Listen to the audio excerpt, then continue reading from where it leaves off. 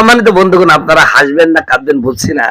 জামাতের আরেক এমপি সেই গাজী নজরুল ইসলামকে সাপোর্ট করে তিনি বলছেন ওই মেয়েটি নিজ থেকে গাজী নজরুল ইসলামের সেবা যত্ন করতে চেয়েছিলেন, কিন্তু গাজী নজরুল ইসলাম চিন্তা করলেন একটা বেগানা মেয়ের সেবা যত্ন নেব, তার চাইতে তিনি বিয়ে করে নিয়েছেন। এমন একটা বক্তব্য পেশ করেছেন, আপনারা একটু শুনেন। যে ওই মেয়েটির আবদারের প্রেক্ষিতে যে আমি অন্য জায়গায় বিয়ে করবো না, আমি যতদিন বাঁচবো আমি এমপি সাহেবকে সেবা করে যাব। এমপি সাহেবের বড় ভাই সহ সবাইকে আমরা ডেকে নিয়ে বসে দেখলাম যে ওই মেয়েটির আবদারের প্রেক্ষিতে যে আমি অন্য জায়গায় বিয়ে করবো না, আমি যতদিন বাঁচবো আমি এমপি সাহেবকে সেবা করে যাব। এভাবেই মেয়েটার অগাধ দাবির মুখে তার বাপ মা বাধ্য হয়ে তাদের বাড়িতে পরিবারের বিবাহের ব্যবস্থা করছে। কিন্তু কাজটা হয়েছে অসামাজিক, অনৈতিক না, অসামাজিক। এই অসামাজিক কাজের কারণে জামাত ইসলামের পক্ষ থেকে এমপি সাহেবের সংগঠন থেকে সম্পূর্ণ তাকে বহিষ্কার করে দেওয়া হয়েছে। বহিষ্কার করা হয়েছে, তার এমপি পদও বাতিল হয়েছে। অর্থাৎ জামাত ইসলামী নৈতিক ব্যাপারে এবং যেটা হওয়া উচিত সেই ব্যাপারে যদি কেউ স্লিপ করে তাহলে সেই ব্যাপারে কাউকে ক্ষমা।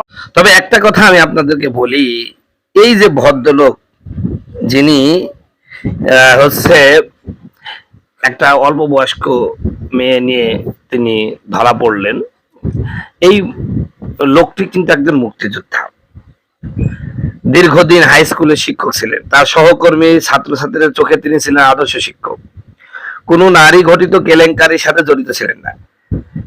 এবার নিয়ে 3 বারের এমপি, তার বয়স প্রায় 75। যে বয়সে একজন পুরুষ নারী ঘটিত কেলেঙ্কারির সাথে জড়ায়, সেই ভরা যৌবনে তিনি বহু আগে পার করে এসেছেন। এখন গত কয়েক মাসে হঠাৎ কি ঘটেছিল? ভিডিওতে গাজী সাহেবের ফিজিক্যাল এক্সপ্রেশন, বডি ল্যাঙ্গুয়েজ, কথাবার্তা, একজন এমপি হয়েও একদল যুবকের সামনে নত হওয়া, অল্প বয়সী মেয়েদের কাছে ঘেঁষা, মেয়ের কাছে যেতে ড্যাম কেয়ার ভাব, সিসিটিভির আন্ডারে আছে যেন মেয়েটিকে চুমু দিতে চাওয়ার দৃশ্য দেখে কয়েকজন মানসিক রোগ বিশেষজ্ঞ ইতিমধ্যে মত দিয়েছেন যে তিনি জটিল নিউরোফিজিক্স ডায়সঅর্ডারস এ ভুগছেন। এই রোগ সাধারণত মানুষেরই বেশি হয়, যেহেতু উনি এখন জামাতের কেউ না। অন্তত আমি মনে করি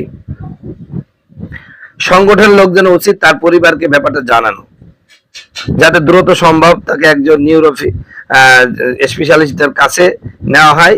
এ প্রসঙ্গে একটি তথ্য দিতে চাই। আমাদের পানি সম্পদ মন্ত্রী শহীদ উদ্দিন চৌধুরী ইয়ানির বড় ভগ্নিপতি বিশিষ্ট গার্মেন্টস ব্যবসায়ী সৈয়দ ভোলা মিয়া বৃদ্ধ বয়সে এসে অল্প বয়সী মেয়েদের নিয়ে 5 তারকা হোটেলে রাত কাটানো শুরু করেন। কোনো যৌনকর্ম ছাড়া মেয়েকে চুমাচুমি করে জড়িয়ে ধরে ঘুমিয়ে পড়তেন। পরদিন সকালে মেয়েটিকে বড় অঙ্কের টাকা দিয়ে বিদায় করতেন। একসময় পরিবারের সদস্য জেনে যায়, অবশেষে তাকে সিঙ্গাপুরে নিয়ে চিকিৎসা দেওয়া হয় এবং তিনি সুস্থ হয়ে ওঠেন।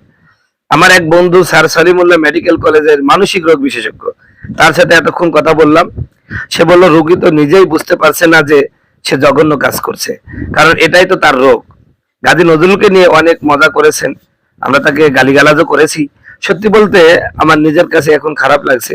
পরিবার যদি রাগ করে তার কাছে থেকে দূরে সরে যায়, তাহলে সে এরকম করতে থাকবে। আল্লাহ তাকে ক্ষমা করে সুস্থ করে দিন। আমি মনে করি তাকে একজন ডাক্তার দেখালে এটা ভালো হবে এবং জামাতের জন্য একটা সুখকর অবস্থা তৈরি হবে। তো আমি আশা করব যে এই কাজটা করবেন। বেচারার কে নিয়ে অনেক কিছু হলো, মুরব্বী মানুষ, যেহেতু নাজায়েজ কোন কাজ করে নাই, বিবাহ করেই করেছেন।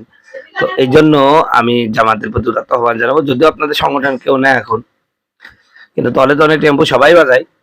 এই জন্য আপনারা তার একটা চিকিৎসার ব্যবস্থা করেন। এই বিষয়ে মানসিক বিকারগ্রস্ত হলো কিনা সেটাও ভেবে দেখা উচিত।